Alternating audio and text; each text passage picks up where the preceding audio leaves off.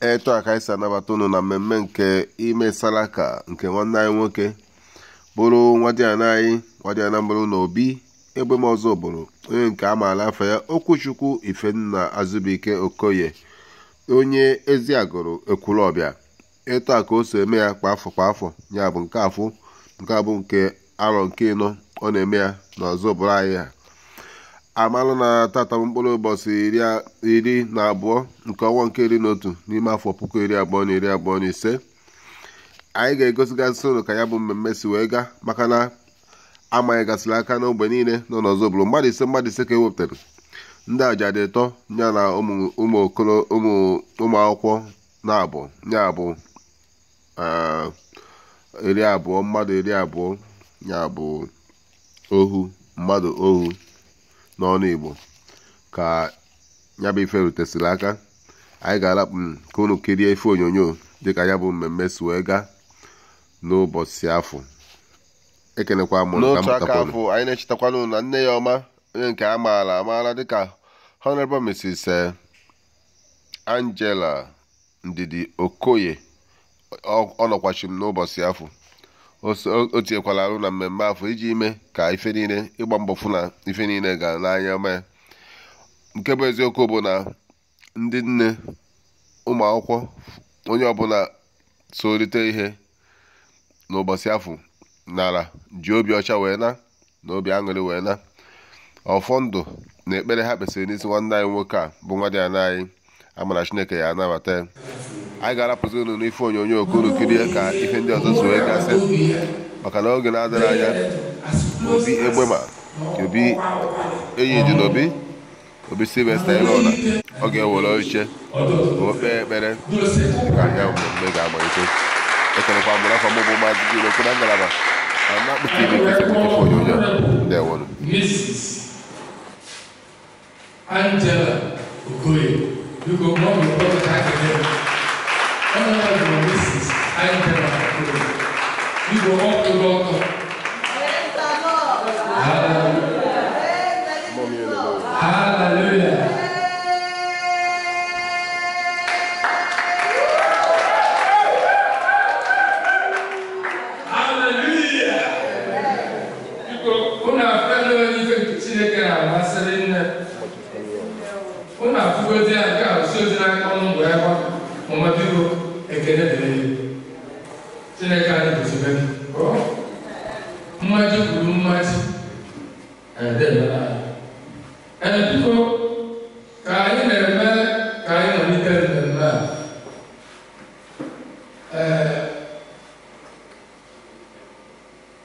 ọzọ bụrụ aka n'anọ mmadụ ise ga-esite n'imefa wee bịa ebe a.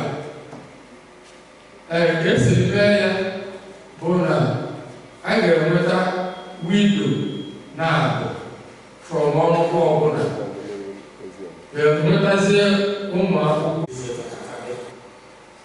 mgbe mmanụ ndị fọrọ within these categories ka a sị ngwa amaala wetanụ mmadụ ise.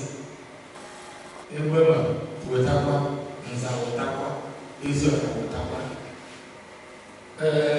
Enwere ike nwere ndidi ka a gaa n'ihu ntụọnụ.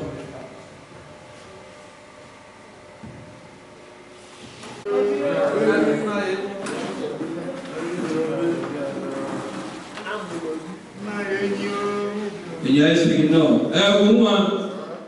Woman is speaking no. If you like, I say, "Baba, Baba, Baba, I need to do Baba." Igbo, Daddy, D.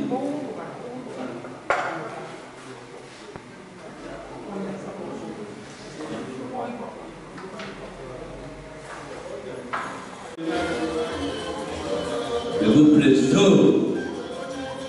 the Bona Traditional Council. Ronda Yobiai is a need to be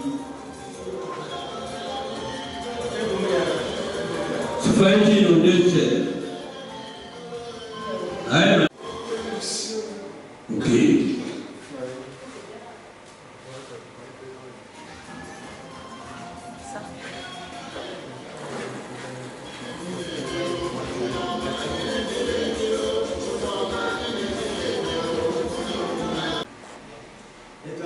Dulu kaya apa? Masih berat dulu apa hati cici, ada hati dua dia. Amun semua ada mana sih? Buat isi apa ya? Hanya itu pun sama. Jadi sama orang apa itu orang itu orang. Nanti berkaya orang itu. Juga nanti ada anak ayam itu pasaran itu. Orang mesti berdoa. Kita nak berdoa apa Kerja di foto orang ini ada pasal wacana. Nanti ada anak bukan. Hai kita nak terus ya. Ini kita dia nak.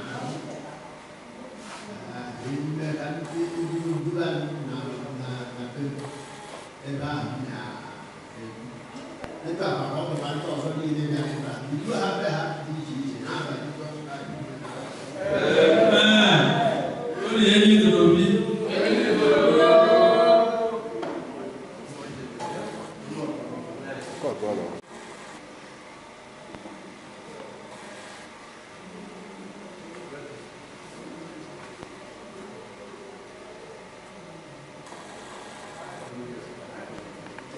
Ayam aku apa ya apa 9 o'clock. Anu mau jadi late. Anja betul betul. Apa lupa iji foto.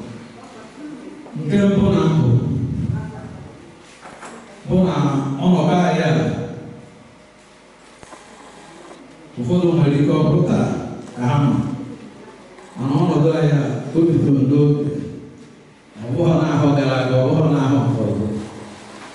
Mereka kau aku boleh toya orang mau kalian mana anak bawa kukus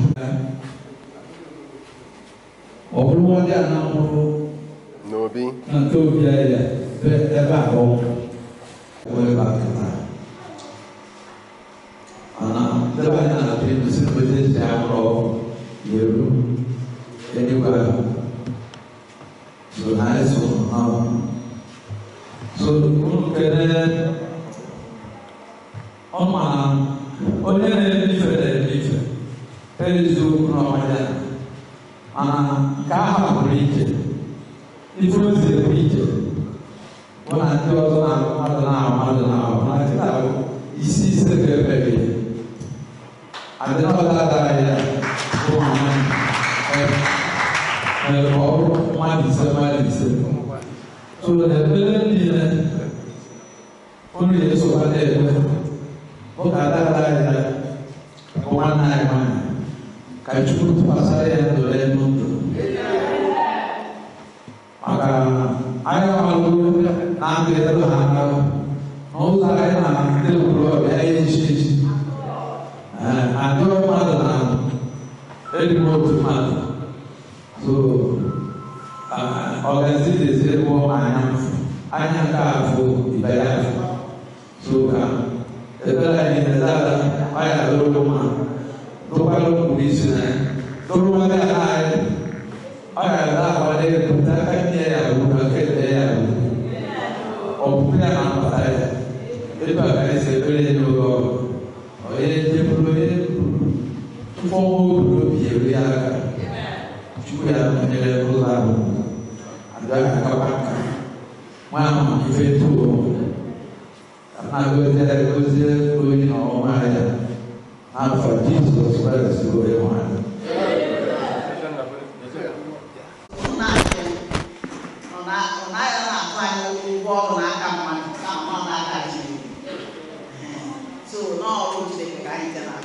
based on that, this is my one day reverend pastor. Onye but it's a while you go on the widows, Nanti, one at one room, Kamana, mother to go to an accident again. I don't know. I go to them with the Yamaka, and you're catching again. And don't I don't put them down and do a little snack. I will go on that. What is Igwe problem a na-akpọ Chukwu Kadimia Onyeneke, an engineer couple, a retired NEPA engineer. Na anyị na-akwụ ya igwe na-eje ụka. So, bịarụzie ebe a, bụzie obi bụ prayer warrior. Maka a na-ekwu ịgba ọjị program edere n'aka na-asị ma ọ bụ ọka ebere ya ozugbo ebere ka edere n'ọnya egozo na program. Na-asịkwa ha na-erubere obi program. Ya na banye into prayer. Obviously, it was in your name, no, raise no like again, and he was over like the back, opening prayer, but over even Obi, Sineki was here. The cabinet, and making an excited. Cabins in that also the truth. I don't know, Mona. God was bidding. And I lived about 2 years. Only I in particular way not and I'm so when I built one more boy, he had no principal guy poor.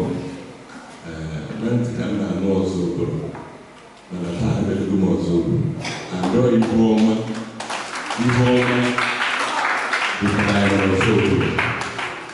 you also look like Capo.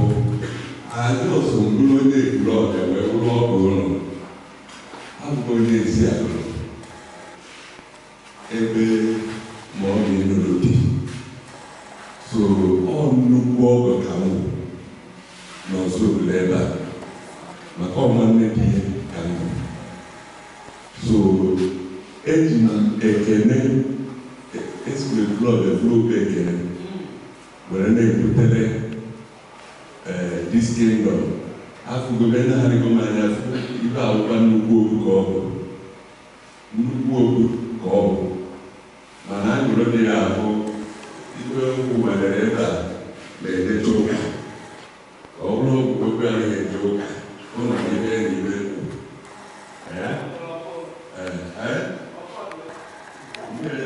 all four go at all. Praise the name of the Lord. So, one that you can join top. They can pull. I know more back. Maybe go over there. In fact, most of the things are the man. And I come chairman in the IRG, Indigenous Religious Group. Can include Indian League, Anglican, and Pentecostal. So I am all big way. Blood nor in crisis for 12 years. With that help, and we PG. Oh, God, Soludo, Mugabere, when they tell me, letter, and we succeeded. And when we say PG, I'm going to conduct relationship with PG the blood. You don't got to. So I need to now by glass I nature.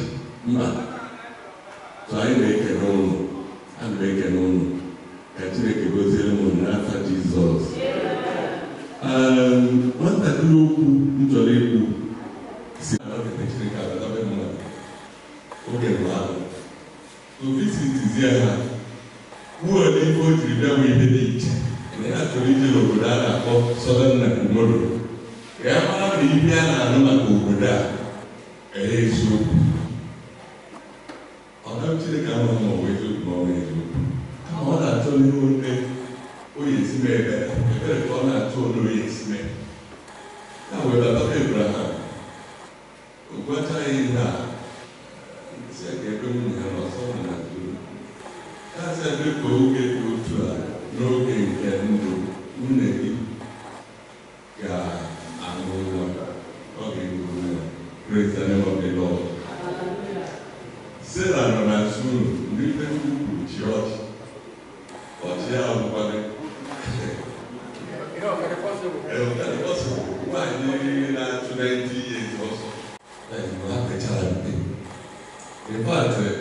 No matter how I didn't do people I know anyone yeah, really have a child. My father was a medicine dealer. That was what connected us with Gabros. Gabros the level before Midori nursing motorcycles papers. Yeah, we go to kitchen. Okay, you tell me no Nakaraka. Nadobuna Nudumo. The panty and core of Yakogol. Omering gozi chukunanya. Oge lutemadunile. Naka. Ngozi kechineke naka. Oge lutemadunile. Naka. Ngozi kechineke naka. Oge lutemadunile. Naka. Otakiri na guapuwa. Ngozi kechineke nabia. Ngozi kechineke nabia. Oge lutemadunile. Naka. Iwaswege ni ano. Ngozi chineke eluteke. Oge lutemadunile. Manete ekotere n'isi ya ma nwata nwoke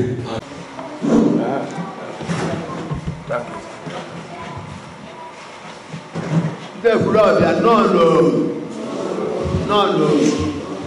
ndị ọdụ buru niile nọ ebe a nọọnụ unu akwụkwọ na mmemme nụwa anyị nọ n'elu ya ọ nke a otu onye nọ a na-emere ahụrụ ahụ nwa anyị nwoke a na-akpọ Uju ogo ya ezigbo m anya nkwụ ya ma ana m enweta ya na fon mụ na ya na-akpa na fon ọ na-emekwara n'anyị ibe tukwesịrị ọ ga-esi emere anyị maka ọsọ nketa mmadụ ebe ka ọ ya gbana wọ́n na ẹgbẹ́rẹ́ tẹ̀lé ní iṣẹ́ ọ̀yà ká nà yóò gbogbo ọ̀yà ká nà yóò gbogbo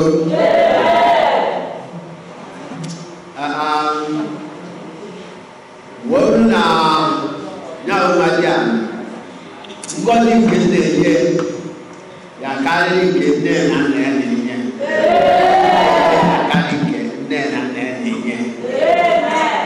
Oya kawo kaya kene nane. Okwu Chukwu. Ebe wee bi ịtụna. Ama ndị na-akwụ anyị. Ị na-akwụ ibe niile na-aga ebe a. Ị na-ekwu ibe niile anyị na-eme. Mgbe ọ na-ebuli aha gị elu n'obi ya tata. Ka Chineke nye aka ma o bulitekwuo gị elu karịa ahụ elu o bulitekwuo gị. Ihe a ga-eji eje na-ana ana. Ajọ mmụọ ya dachara n'ụzọ. Ajọ mmadụ ya dachara n'ụzọ. Ogologo ndụ na-abụ isi ike ka nna arịọ n'isi mgbe ọbụla uru na gbuora na-ebe ebere a na-eme ihe na-ebere nna na-ebe na-ekwe nwa anụ a na-akpọ Uju anya ya pụtara n'ebe ọrụ ma n'ụtụtụ ma n'ehihie ma n'anyasị were ọbara ahụ na-ekpuchie ebe ọ na-aga n'ụzọ were ọbara ahụ na-agụ ife ọjọọ ọsọ na-ekpuchie ọ na-eje eje na-ana ana dekwe gburu oge ka na-abịakwa ebe ahụ isi kpuchie okwu Chukwu a ihe si ekpuchi gburu oge chekwaba ha were ọbara nsọ ahụ gba ahụ oge ekwena ka anyị na-asị bata n'etiti ha mee ka ha na-abụ onwe ha n'anya mee ka onye ọbụla na-alụ ugbo oge ka ha bụrụ okwu otu na-aga na-ebuli na-elele ebe ahụ ọ bụrụ ada anyị nwaanyị nwanne m nwaanyị ọ ya ekpokọba etule si ekpokọba nwa ya kpokọba sie ike na-agbazi ha na-akụzi ha ife mma anyị ha Chineke ozi na ọgwụgwọ gọzie gburugburu obodo wekatakwa na gburugburu ọha na gburugburu ọha atụsụ ọnya abụzi so Chineke na-adọ udo iwe echebe gọzie ekwena ka ọzọ n'ukwu ekwena ka o tinye aka n'ihe ọjọọ ọbụla Chineke na-agọzi ya na-ebie ọ na-eje ebe ọrụ na-eje na-anọta ọsọ ya anọtakwaba anya rukwa esi ndụ adịnata ya n'uwe na ọnwụ n'aha Jizọs Kraịst n'uwe na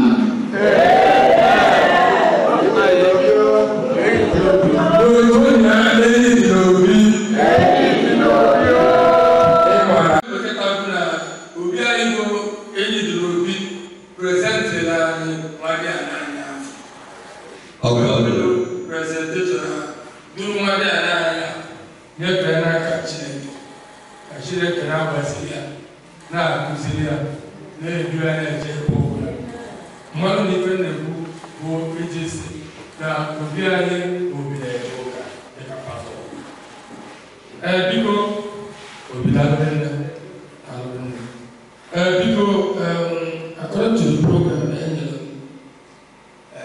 I'm going to say a very interlude of music whereby certify their proper empowerment. Whereby certify so we are trying to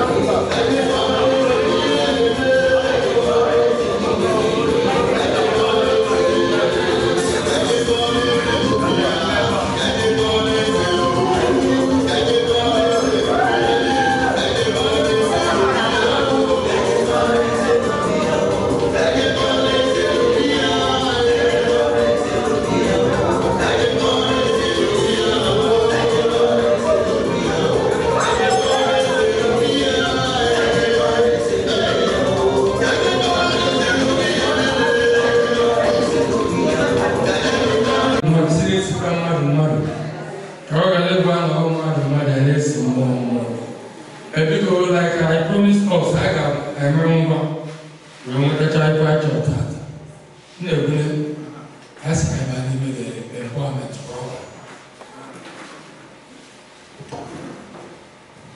Anyị ekelela Chukwu tụọ anyị nwere ike kịta na ọ pụtara na ahịa ma nkelezi ọzọ nke ekele ama ngwa ya n'ebe ọ nọ. Pastọ ọga ya nwoke bịa ọga anyị okwu kwesịrị ka ọ baa anyị ntị ka anyị bụ ndị na-anụ anụ na-eme eme ka anyị ghara ịbụ ndị na-anụsọ ọnụ emere kwe ka anyị tụọ egwu Chineke mgbe ọbụla. Nna anyị Obi Egwema okpekwana nke ya and okwuchukwu niile abalị ebe a na ebere niile ekpere ebe a tụọ esi mbe ezi n'ofe anyị na-emezu etu a wee na-agwa ndị akpọrọ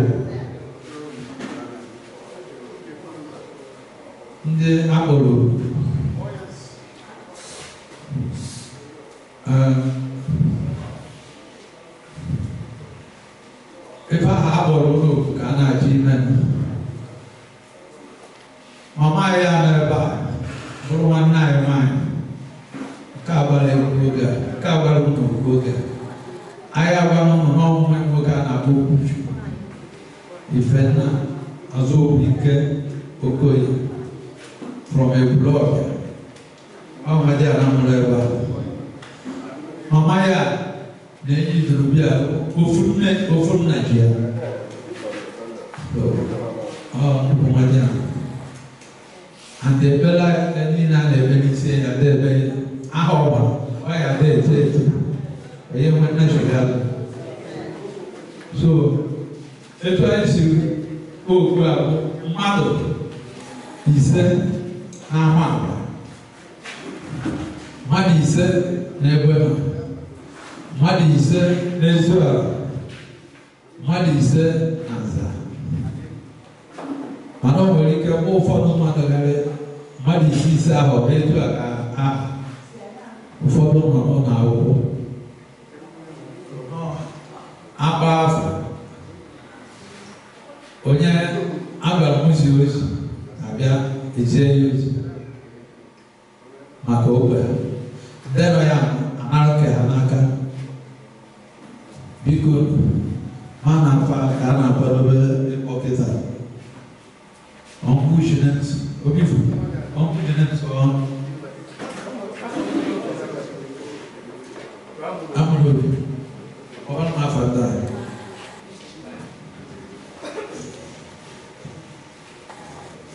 a ọ ka bụkwa na mmemme Salaka nke nwadị anaghị dịka m si mee ka unu mata onye nke amaara fe dịka Okwuchukwu Ifenna Azụbụike Okoye onye Eziagụrụ Ekwulọbịa ya bụ nwadị anambụrụ na Obi Egbemọzọ obodo.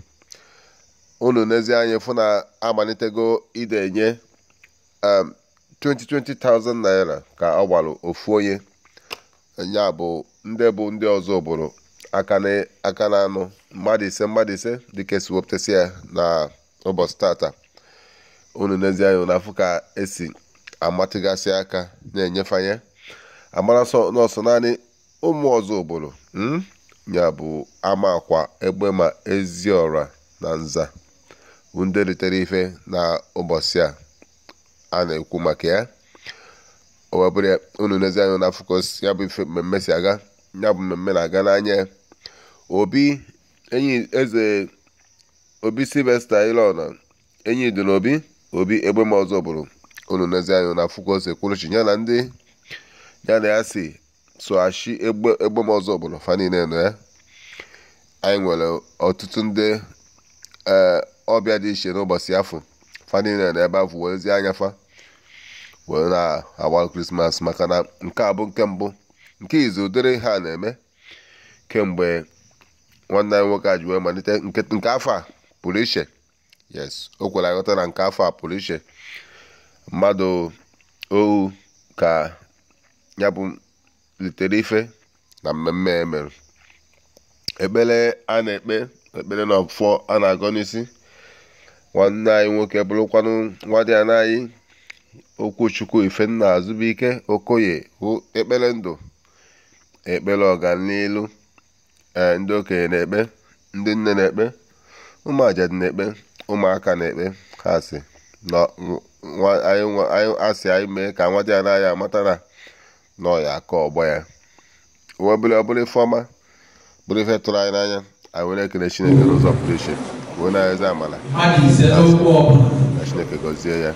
Ka nlapụzi unu kirikwa ihe ndị ọzọ so gagasịa akọpụtara ngalaba na ozi anyị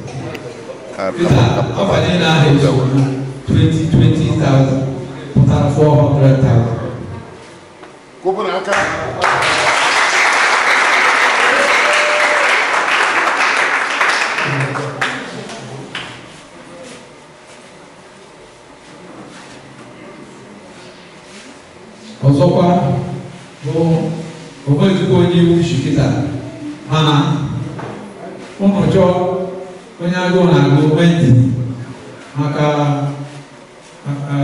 nwanne anyị nwanyị ọma Okwuchukwu. Ọ kwadoro si na onye ọra ya amụ na mmiri wee fụ na mana ebighị ofu oge ụkwa agụụ na-agụ anyị taa ọ gakwara agụ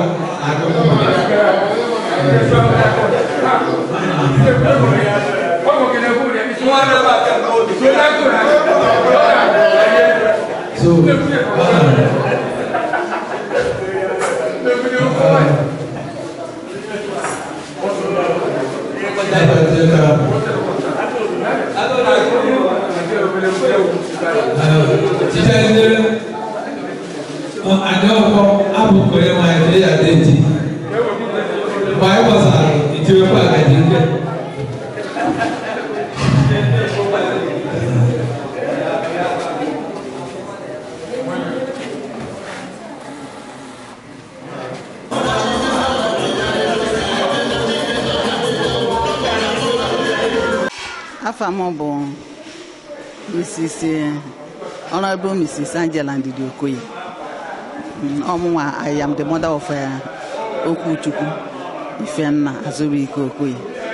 And this place we are staying here is my own father's place. Yes, this is where I came out from. I married to Ekulobi, Eziago, Ekulobi, Agwata local government. So why I am here today is because my son likes to celebrate his birthday in my mother's place with the less privileged and needy ones. So now that he wasn't able to come, I came to see what is happening and put more life in it. So since I never discussed that with him, I didn't ask him to be doing that, but I found out that call is different by different.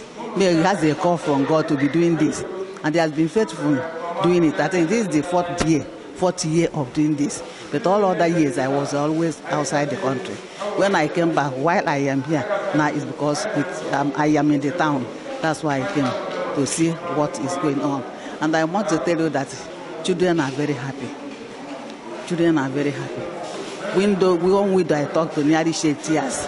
So I now see that what he is doing, what my son is doing, touches God's heart. So that is why we gathered here. And I'm so happy that things are going on, with God, without any problem. So we expect that you're going to convey our message to your son. Yes. Like you can see, everyone here is happy. Yes. And when you get back home, tell him how your people here. Yes. You're actually from Osogo. I'm from here. This palace is my father's place. So it's so nice to have you on our interview, Colonel. Thank you, sir. Thank you so much. Thank you.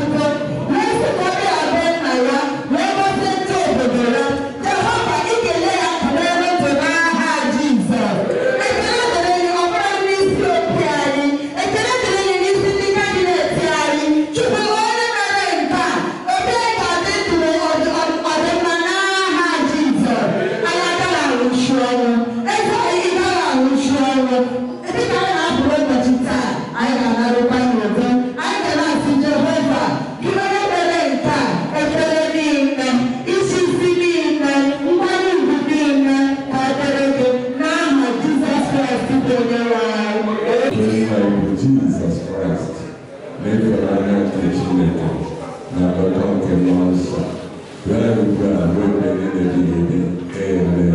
Surely goodness and mercy shall follow us all the days of our life, and we shall be in the presence of the Lord forever and ever. Amen.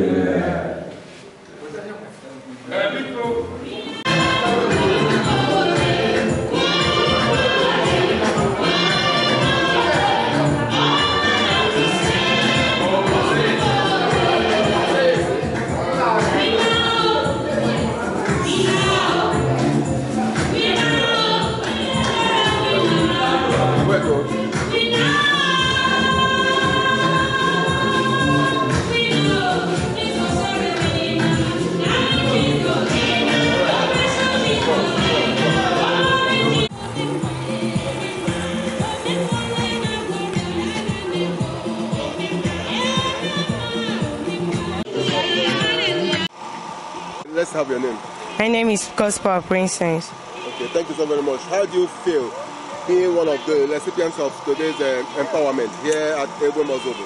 I'm very happy to begin to bless him in whatever that he's going to do. He's going out and coming in shall be blessed in Jesus' name. Amen. Thank you.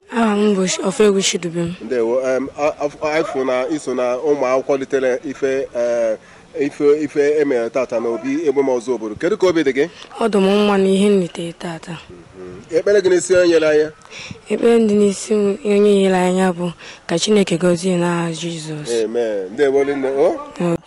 Onye isi onyonyo ana m enye unu ekene na-enyekwa Chukwu kelenu ka ana nnukwu ụbọchị abụrụ anyị nnukwu ụbọchị ọ na-emeribu emeri nwa dị ana mụrụ n'obi a na-akpọ okwu Chukwu Ifenna Azubike Okoye onye Ekwulọbịa ọ na-enyere anyị aka n'ịzụ ụmụazị be anyị ndị ikwu ọzọ obodo niile wepụta taa n'ahụ nke a o mekarị ife ọ na-emebu kemgbe 4 years ago nke disi ya karị so anyị na-enye Chukwu ekene ebe ọ pụrụ iche na-enyekwa ekele n'isi mama na ezinụlọ ha Chukwu ya tụkwasara ha ndụ n'ezi ndụ tụkwasara ha ahụ n'elu ahụ nye ha amamife nye ha obi ọcha gọzikwa nna anyị bụ Obi Egbema ka ọnya ka echetara wee cheta anyị Chukwu ya gọzikwa mụ Nnebunie Eze Nnebunie chairman of this occasion and chairman of Obi Council Egwem Ozobo. So all if you can Chukwu ka ọ bụ when I say ebe ife ọma ya emezuru anyị ife ọjọọ ama ndakwasị anyị n'afa Jizọs Kraịst bụ onye nwe anyị. Amen.